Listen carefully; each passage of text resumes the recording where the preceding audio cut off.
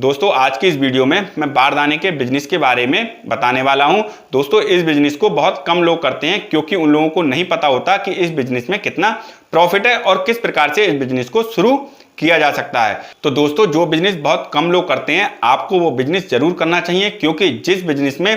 बहुत कम कंपटीशन होता है उस बिजनेस में सबसे ज्यादा प्रॉफिट मिलता है। दोस्तों इस बिजनेस को आप केवल 10,000 रुपए के छोटे से इन्वेस्टमेंट से भी शुरू कर सकते हैं और महीने के 15,000 रुपए से लेकर के 20,000 रुपए तक आसानी से मुनाफा कमा सकते हैं। दोस्तों आप किस प्रकार से इस बिजनेस को शुरू कर सकते हैं, कहां से आपको माल खरीदना है और कहां पर आपको सेल करना है और कितना प्रॉफिट मार्जिन है, ये सारी जानकारी मैं आज की इस वीडियो में आपको देने वाला हूं। लेकिन आगे बढ़ने से पहले अगर आप लोग मेरे चैनल पर नए हैं और मेरे चैनल को सब्सक्राइब नहीं किया है तो प्लीज मेरे चैनल को सब्सक्राइब जरूर कर दीजिए, जिससे कि आने वाली वीडियो का नोटिफिकेशन आपको आसानी से मिलता रहे। तो चलिए वीडियो शुरू करते हैं। तो दोस्तों इस बिजनेस को शुरू करने के लिए आपको अपने शहर के जो पड़ोस में गांव हैं और कस्बे हैं आपको वहां पर जाना है और वहां जाकर के आपको किसान से और वहां के जो किराना स्टोर वाले हैं आपको उनसे मिलना है और उनसे बोलना है कि मैं जो आपके पुरानी जूट की बैग हैं और जो पुराने प्लास्टिक के कट्टे हैं मैं उनको खरीदने का काम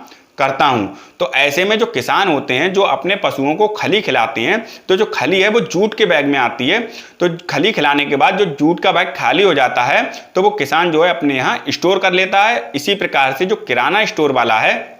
उसके यहाँ जो चीनी का कट्टा होता है, आटे का कट्टा होता है और जो चावल का कट्टा होता है, खाली होने के बाद वो भी अपने यहाँ स्टोर कर लेता है। आपको वहां पर उनसे बार्गेनिंग करके वहां पर जूट की बोरी और उन कट्टों को खरीदना है। उस समय पर जब आप कट्टे को और जूट की बोरी को खरीदेंगे तो वहां पर कुछ जो जूट की बोरी होंगी वो आपको कटी हुई या फिर कुछ फटी हुई या चूहे की कटी हुई मिल जाएंगी। तो ऐसे में आपको वो उन बोरियों को भी खरीद लेना है, वो आपको जो मेन रेट है उससे भी और सस्ती मिल जाएंगी, यानी 10-5 रुपए और ज़्यादा सस्ती आपको मिल जाएंगी। उन बोरियों को खरीदने के बाद आपको अपनी बाइक पर रख करके उन बोरियों को घर पर ले आना है या अपने गोदाम पर ले आना है। आप गोदाम पर ला करके उन बोरियों को उनकी क्वालिटी के हिसाब से उनको छांट लेना है, यानी कि जो फटी बोरी हैं उनको अलग कर लेना है, जो प्लास्टिक के कट्टे हैं उनको अलग कर लेना है, जो जूट की बोरी हैं बड़ी हैं या जो छोटी हैं उनको भी अलग अलग कर लेना है। अब आप देखेंगे इनमें कुछ बोरी जो होंगी वो चूहे के द्वारा कटी हुई होंगी या फिर थोड़ी सी फटी हुई होंगी, तो इनको आप दोबारा से सिल करके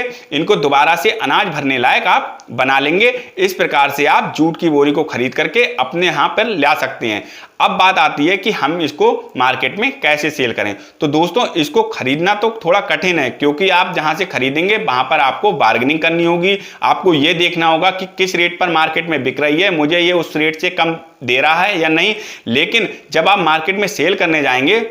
तब आप देखेंगे कि आपके पड़ोस में या आपकी सिटी में जो है बड़ी बड़ी अनाज की मंडियां होंगी, वहां पर बड़े बड़े व्यापारी जो हैं वो अनाज को खरीदने आते हैं और वहां से अनाज को भर करके अपने यहाँ ज्यादा प्रॉफिट कमाने के लिए ले जाते हैं। तो ऐसे में क्या होता है, जब वो लोग वहां की मंडी से अनाज खरीदते हैं तो जब अनाज को अपने यहाँ ट्रक में लोड करवा अपने यहाँ ले जाने के लिए ट्रक में लोड करवाते हैं, तो ट्रक में लोड करने के लिए उन अनाज को जूट की बोरी में और प्लास्टिक के कट्टों में पैक करना होता है। तो जब उनको जूट की बोरी की आवश्यकता होती है और प्लास्टिक के कट्टों की आवश्यकता होती है, तो अगर वो जूट की बोरी और प्लास्टिक के कट्टे नए खरीदते हैं तो वो उनको काफी महंगे पड़ते हैं, क्योंकि प्लास्टिक का नया कट्टा जो है वो लगभग 50 रुपए तक का मिलता है और जूट की बोरी जो नई है वो लगभग 100 रुपए से लेकर के 120-150 रुपए तक मिलती है। तो ऐसे में वो लोग आपसे वो पुरानी बोरी खरीद लेंगे, क्योंकि जो पुरानी बोरी है वो मार्केट में लगभग 50 रुपए तक की जूट की बोरी मिल जाती है और जो प्लास्टिक का कट्टा है वो 20 रुपए तक का मार्केट में मिल जाता है। दोस्तों इस प्रकार से आप अपने माल को मार्केट में सेल कर सकते हैं। दोस्तों अब हम बात करते हैं इसके प्रॉफिट मार्जिन की। तो दोस्तों अगर आपने इस बिजनेस को केवल 10,000 रुपए के छोटे से इन्वेस्टमेंट से शुरू किया है,